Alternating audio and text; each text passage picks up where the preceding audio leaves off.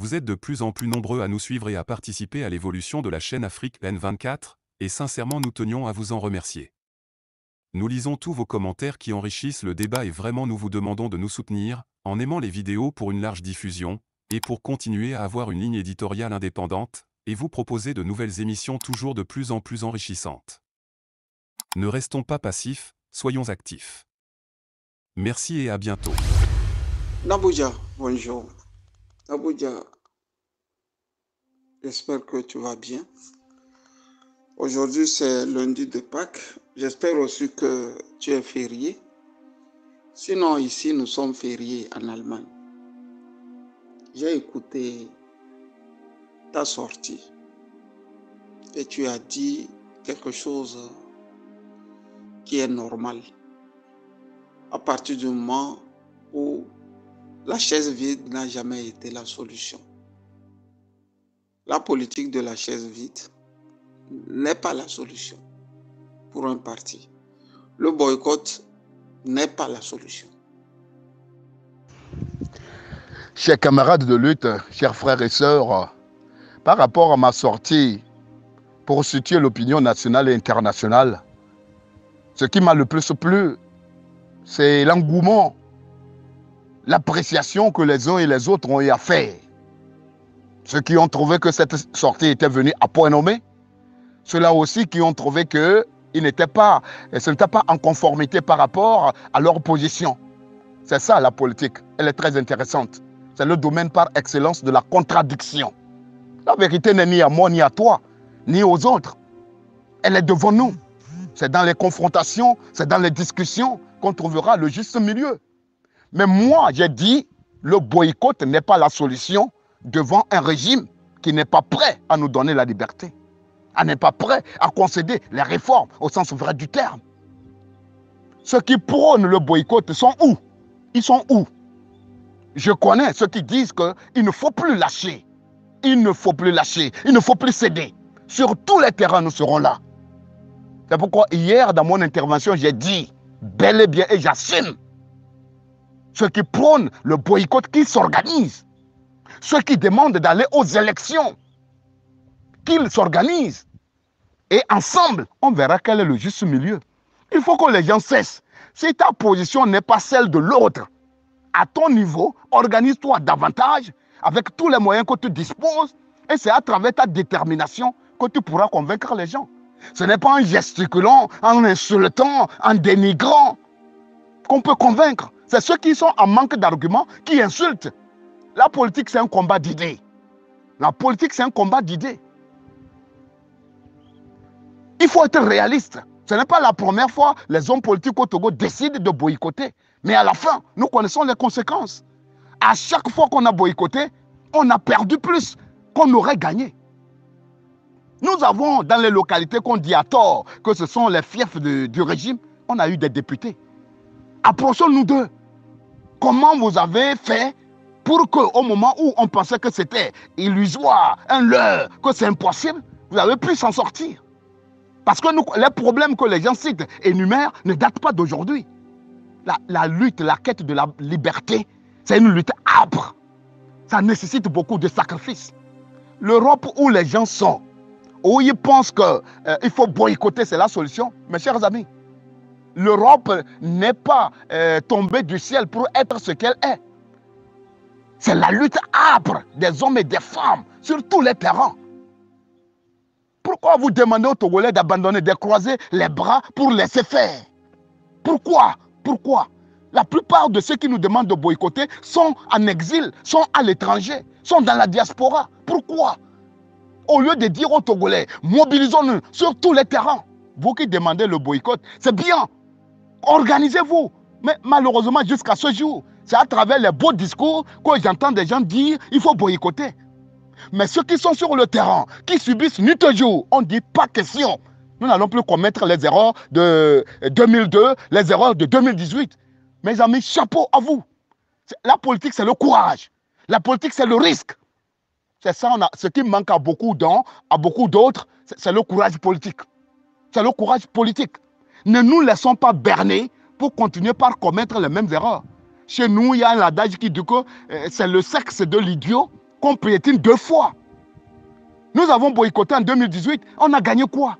Toutes les restrictions, les décisions liberticides contre nous. Et on demande aujourd'hui aux Togolais, jetez l'éponge, restez les bras croisés, ne participez pas. Non, non, non, non. On ne nous a pas convaincus. On ne nous a pas convaincus. Donc, ma proposition est claire. Ceux qui disent qu'ils ne vont pas boycotter, organisez-vous davantage. Ceux qui disent qu'il faut boycotter et aller dans les rues, organisez-vous aussi. Que personne n'attaque son voisin. Il se peut, nos chemins, nous visons le même objectif. C'est comme nous décidons d'aller à Lomé en étant à Dapaon ou à Kara. Ceux qui prendront la moto pour arriver à Lomé, on ne peut pas les condamner. Ceux aussi qui prendront la voiture pour arriver, on ne peut non plus les condamner. Donc, mes chers amis, nous visons le même objectif. Comment ramener le Togo dans une situation normale? Que l'État devienne ce qui protège tout le monde pour le bien de tous les Togolais sans distinction. Voilà ce qu'il faut comprendre et l'objectif qu'il faut viser. En dehors de ça, c'est des gesticulations vaines et inutiles. Je n'ai pas la tête de quelqu'un qu'on peut tacler facilement. Je dis, je n'ai pas la tête de quelqu'un qu'on peut tacler facilement. J'ai vu des gens qui disent que Naboudia, il veut les moyens. Non, un député togolais gagne combien? 1,3 million. S'il vous plaît, vous dépensez l'argent en fonction de comment vous gagnez. Moi, je me suis approché des députés, je vois qu'ils sont plus malheureux. Des gens qui ont été des députés parce que ça fait dépenser tes militants sympathisants. Quand tu deviens député, mon enfant n'a pas dormi, je n'ai pas mangé, je veux l'argent pour la scolarité de mon enfant, je suis à l'hôpital, il faut m'aider, je veux de l'engrais. C'est ça, la vie des députés togolais, surtout de l'opposition. Donc, je ne les envie pas. Mais moi, j'ai un objectif. Ne laissons pas le vide à l'hémicycle, à l'Assemblée nationale.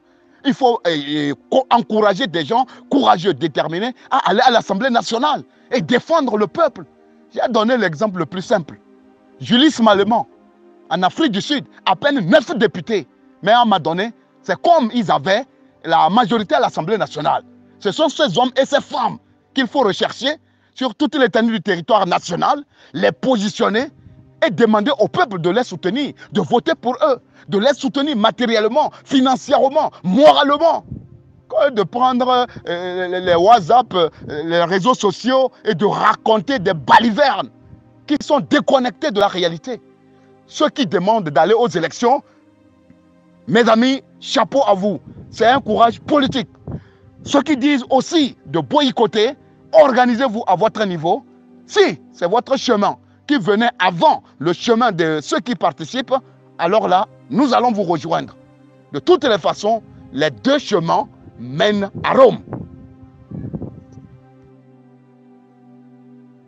Naboudia, sois réaliste, toi-même. Tu vas remarquer que tu ne parles même plus des conditions pour que une élection soit crédible, donc réaliste au Togo. Ça ne t'intéresse plus tout cela. C'est plus ton problème. La crédibilité d'une élection n'est plus toi ton problème. Alors on t'a posé aussi une question que tu sembles ne pas vouloir répondre. Celui qui te vote là, sinon celui qui t'a voté en 2020, a cru que tu vas leur ramener la victoire. Et tu es sorti sur les médias et tu as dit que tu as foudroyé le camp d'en face. Tu réclames ta victoire. La décence voudrait que tu dises au même peuple que j'ai tout fait, mais je n'ai pas pu réclamer ma victoire. J'ai lutté, j'ai tout fait. Ils ont refusé de me retourner ce qui me revient de droit. Cet exercice, tu ne l'as pas fait. Tu refais un autre exercice qui consiste à aller encore te faire voler et attendre encore 5 ans pour dire de refaire les mêmes gestes. C'est ça qu'on te reproche. Il ne faut pas crier. Ça ne sert à rien de crier. posément aussi, froidement aussi, tu peux expliquer aux uns et aux autres ton idée. Sauf qu'ici, ton idée est déjà fixée. Tu veux aller aux élections. Mais qui peut t'en empêcher, Abuja? Personne ne peut t'en empêcher. Ce que les gens peuvent te dire à la limite est que, mon frère, le camp d'en face est plus aguerri que jamais. Tu vois? Tu dis que il faut aller vers les préfectures, vers les gens qui vous votez ou ne vous votez pas. C'est très compliqué à comprendre et les convaincre. Un politique, il est là pour convaincre. Un politique, il est là pour aider le peuple qui ne comprend pas à comprendre, comme nous. Sauf que là-bas aussi, il y a de l'amalgame, Abuja. Il y a tellement de l'amalgame que moi, particulièrement, je n'arrive pas à te comprendre. Explique-nous comment, une fois que tu vas gagner et qu'on va te tricher, tu vas t'en sortir dans la triche. C'est tout ce que l'on veut. C'est tout ce que nous voulons. Parce que tu sors d'une élection qui n'a pas 3 ans d'âge. Et tu veux nous ramener encore dans les mêmes fourberies.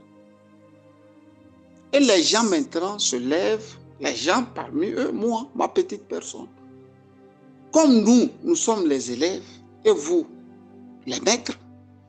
Maître, dis-nous comment cette fois-ci tu pourras sincèrement prendre ta victoire, l'arracher devant le voleur, l'éternel voleur. Abuja, vous avez un problème. Et c'est un problème d'habitude nègre. Nous tous les Noirs, nous sommes comme ça. Ce n'est pas ceux qui vivent en Afrique seulement. En Europe aussi, nous sommes comme ça. C'est-à-dire, nous ne voulons pas grand. Nous ne voulons pas grand. C'est pour ça que nous faisons les choses à minima. Quand on a petit, là, c'est déjà bon. Je me rappelle encore de Guéry Tama. Je pense que c'était aux législatives où Charles Condé Agba avait été la seule personnalité du pouvoir à gagner une élection à l'ONU. Guéry Tama était à ces élections. Après qu'il les ait perdues, il est sorti et il a commencé par dire, ah, j'ai eu, et combien? Il dit, 100 000 ou combien de Togolais m'ont voté. Je ne me rappelle plus, mais c'est l'idée. Pour lui, le fait que 100 000 l'aient voté et qu'il n'a pas gagné, c'est déjà grand. Il se contente de ça, quoi. Alors que le peuple ici a besoin de quelque chose de grandiose pour renverser la donne. Ça doit être grand. Ça doit être une majorité absolue, vraiment, pour renverser la donne et à la limite, mettre le dictateur à mal. Alors que quand on lit vos calculs est à minima. Si on a 4-5 députés, c'est déjà bien. Vous voyez, c'est pour ça que tu cites l'honorable Targon. La fois dernière, tu l'as cité comment il a gagné. Mais les déconvenus après, tu n'as plus cité. Tu as vu comment ils t'ont traqué Targon jusqu'à lever même son immunité parlementaire. Non? Tu le sais, non? La bouillon. Ce sont des choses simples. Dis-nous comment tu vas affronter toutes ces choses-là. après que la dictature aura été vaincue dans les jours. Là, c'est que on a toujours refusé de travailler, au fait. Nous tous, on n'aime pas travailler. Si on travaillait dur, ces élections-là, c'est le peuple même qui allait choisir parmi vous ceux-là qui devront le représenter lors de ces joutes législatives. Je te dis, quand vous avez bien travaillé là, le peuple même connaît les gens qui doivent aller au Parlement les défendre. C'est de ça qu'il s'agit. Abuja. Je me rappelle des élections de 1994 où Agouda Moumouni devrait affronter celui-là du RPT. Moussa, comment il s'appelle? Le gars qui est, j'oublie un peu le nom, qui est maintenant à l'Union musulmane. Mais quand tu mettais pied dans la ville de Sokodé en 1994, Bourema Inoussa, tu savais que non. Le RPT, ça ne passera pas. C'est-à-dire, c'était émouvant. Il y avait quelque chose. C'est-à-dire, la ville parlait, quoi. Tu sens que la ville même parle. Et tu ne vois pas comment ça se passe. Comment est-ce qu'une ville peut vraiment...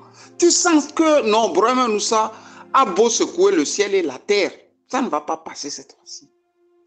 Et finalement, ça ne s'est pas passé aussi. Ce qui veut dire qu'il y avait un travail de fond du peuple qui était là. Tu es sûr que tu l'as fait chez toi? Qu'est-ce que tu as perdu depuis là? Vous avez boycotté des fois vous êtes allé. Quand vous êtes allé là, qu'est-ce qui a changé pour les Togolais? Les rares fois vous êtes allé là, qu'est-ce qui a changé? Non, dis-moi sincèrement, ce qui a changé quand l'ANC est allé 2 fois, je crois, aux élections là-bas, législatives. Rien n'a changé. C'est tout un système, il faut changer, Naboudia. C'est tout un système. Quand vous allez là-bas, tu ne vois pas que à la fin des comptes, c'est vous qui est maître de tout au niveau des maires. Au niveau des maires, c'est vous qui est maître. Tu es maire, il te sort de ces textes-là de la République où lui, Boupessi, t'interdit de faire ceci ou cela. Fin de course, tout est bloqué. Le maire ne sait plus construire sa ville. Au niveau maintenant du Parlement, tu sais très bien que en 2 mouvements, les gens là, ils te retirent même ton immunité parlementaire. L'ANC en a été victime. Targon en a été victime. Mais tant que tu n'auras pas changé des trucs comme ça, et tu veux construire le Togo, ce qui veut dire que Abi monte à Bakaria. Tu es en train de te tromper toi-même. Tu es en train de te tromper. Nabouja, rien ne sert de crier. Tu vois? Tu vas lister les moments où l'opposition a refusé, ils ont perdu. Les moments où vous n'avez pas refusé et vous êtes allé là. Dis-moi la valeur ajoutée du peuple togolais. Que le peuple togolais a eu après. Que vous étiez au Parlement. Il n'y a rien. Tu vois, c'est des gens qui sont enrichis. Bon. Même quand ils deviennent des députés, après tu les vois, ils ne sont plus députés. Ils ressemblent aussi à rien. Ce qui veut dire que tu as beau prendre l'argent du peuple, à la fin, ça te rattrape. Tu vois, beaucoup ont été. Ils ne le sont plus. Est-ce qu'ils ressemblent à des députés? Non. La nature a quelque chose de particulier, hein, Nabouja. En cas ça, même la chèvre là, elle broute de l'herbe. Hein. Et ce n'est pas toutes les herbes que la chèvre broute. L'argent du peuple, c'est l'argent du peuple. Hein. Beaucoup sont allés comme députés. Soit dit-on en passant, ils ont été élus. C'est vrai, ils ont été élus. Mais comme le système est là, à la fin, le peuple n'a pas gagné. Eux-mêmes, les élus, n'ont pas aussi gagné. Nabouja. Je te défie de me dire qu'effectivement, au Togo, quand on a boycotté, le peuple en a payé cash, sinon l'opposition. Mais quand on n'a pas boycotté aussi là, dis-moi les gains que le peuple a eu. Ça donne une somme nulle. Quand vous allez ou quand vous n'allez pas, c'est la même chose. Nabouja. C'est pour ça qu'on dit cette fois-ci, hein, comme on nous a tellement volé là, il faut trouver les voies et moyens. Il faut trouver les voies et moyens. Vous étiez même partant d'aller au régional au lendemain des élections de 2020. Au fait, les élections, moi j'ai la conviction que c'est une drogue pour vous, pour l'homme politique togolais.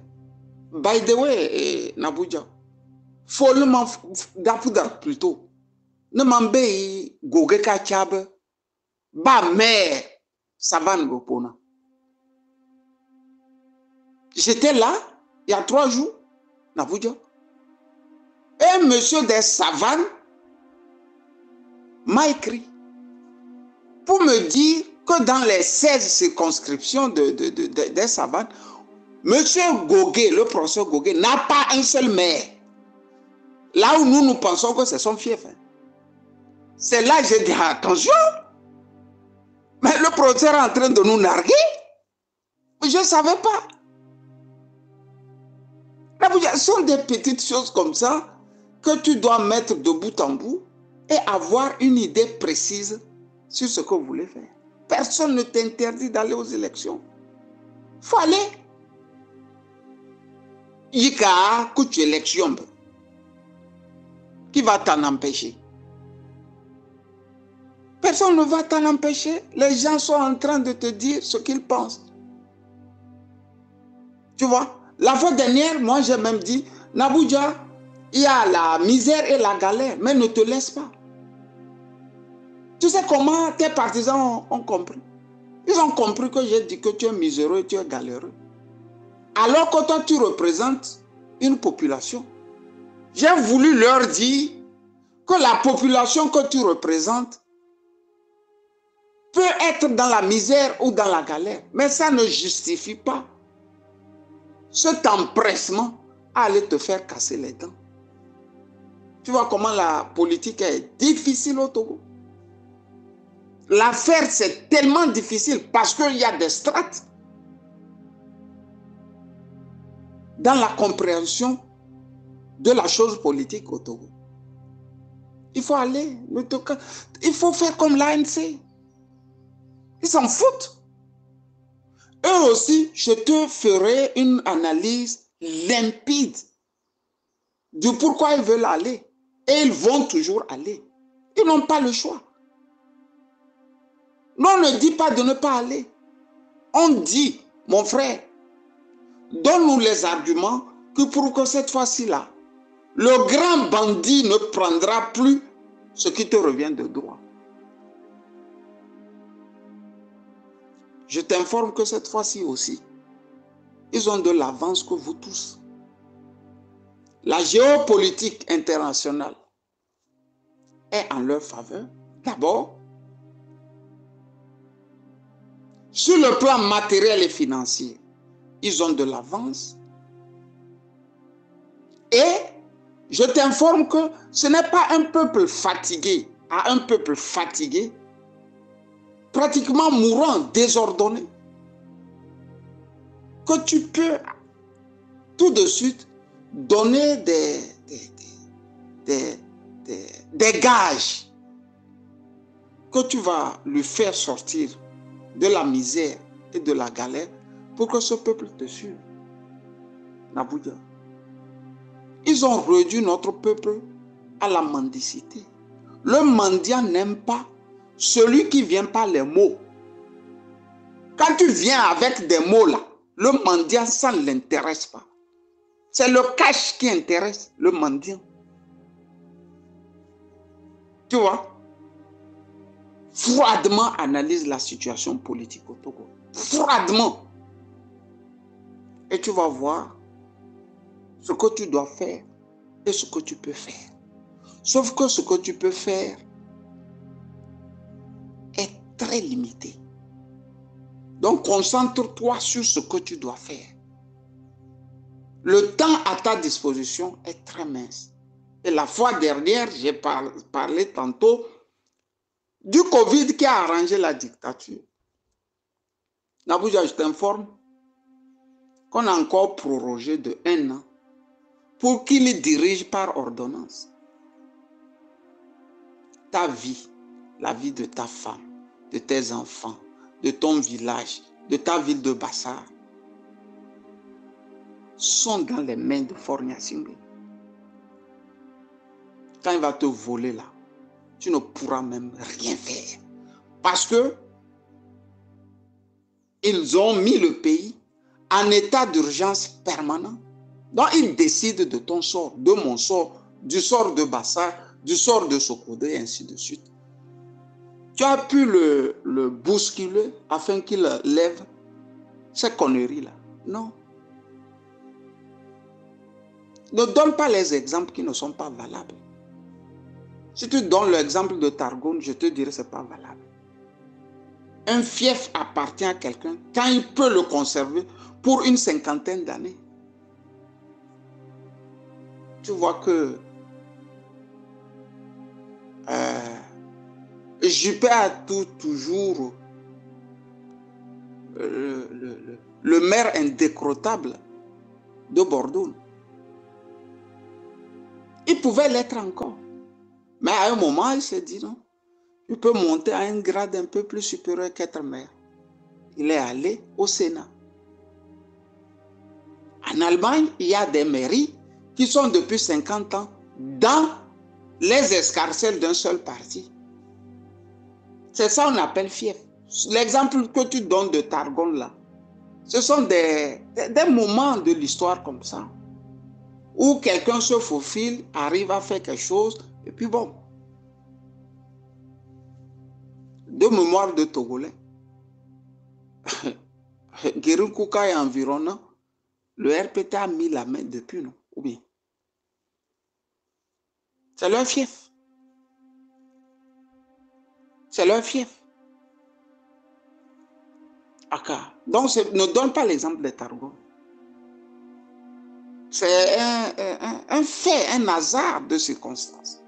Mais si tu me prouvais que non, depuis, c'est Targon ou bien avant Targon, c'est un opposant qui était dans le truc là, je te croirais. Ne prenez pas des exemples qui ne sont pas trop à citer, quoi. Moi, je te souhaite bonne chance. C'est deux idées maintenant qui se confrontent. L'idée de nous, notre idée qui dit que les gars nous ont tellement volé, on fait quoi maintenant? Nous, on a posé la question, on n'a pas dit de ne pas aller. C'est vous qui expliquez quand on vous dit de ne pas aller. On vous demande de nous donner des arguments crédibles. Parce que le vol de 20 verres encore au frigidaire. Mais avant de le sortir du frigidaire, dites-nous, bon, maintenant, on va le sortir jeter. On ne va pas le garer comme ça au frigidaire. On va sortir, jeter, c'est périmé. Tu vois, quand tu mets les yaourts, pardon, et je te l'ai prononcé en allemand, les yaourts, comment dire, les fraises, tout ce que vous voulez dans le frigidaire, à un moment, il y a des dates de péremption. Ben, si tu crois que 2020 est périmé, tu nous le dis, bon, écoute, j'ai besoin de la place, dans mon frigidaire et je dois sortir 2020, les élections de 2020 GT et maintenant mettre d'autres élections. Sauf que tu n'en parles même plus. C'est pas bien, c'est pas sain, c'est pas. Et bon, la population peut-être ne comprenne rien. Mais moi, je comprends de quoi il se retourne. Je veux sincèrement que tu m'expliques. Je ne vote pas, certes, mais voilà, je suis togolais par après tout. Quand j'ai dit ça, j'ai voulu te dire, quand tu veux parler, parle doucement. On peut te comprendre aussi quand tu nous expliques les choses terre à terre doucement. Mais quand tu cries, on sent que bon, dans les cris aussi, il n'y a rien qui tienne là-bas. Bonne journée et surtout, bon, joyeuse fête encore. Et surtout, bonne journée à madame et aux enfants. Vous êtes de plus en plus nombreux à nous suivre sur Afrique N24, et vraiment nous tenions à vous en remercier. Nous lisons tous vos commentaires qui enrichissent le débat et vraiment nous vous demandons de nous soutenir pour continuer à avoir cette ligne éditoriale indépendante, et vous proposer des émissions toujours de plus en plus enrichissantes. Merci et à bientôt. Likez la vidéo si ce n'est pas déjà fait. Laissez aussi votre point de vue en commentaire. Abonnez-vous et cliquez aussi sur la petite cloche de notification pour ne rien rater de nos prochaines vidéos. N'oubliez pas de partager aussi la vidéo et de la liker.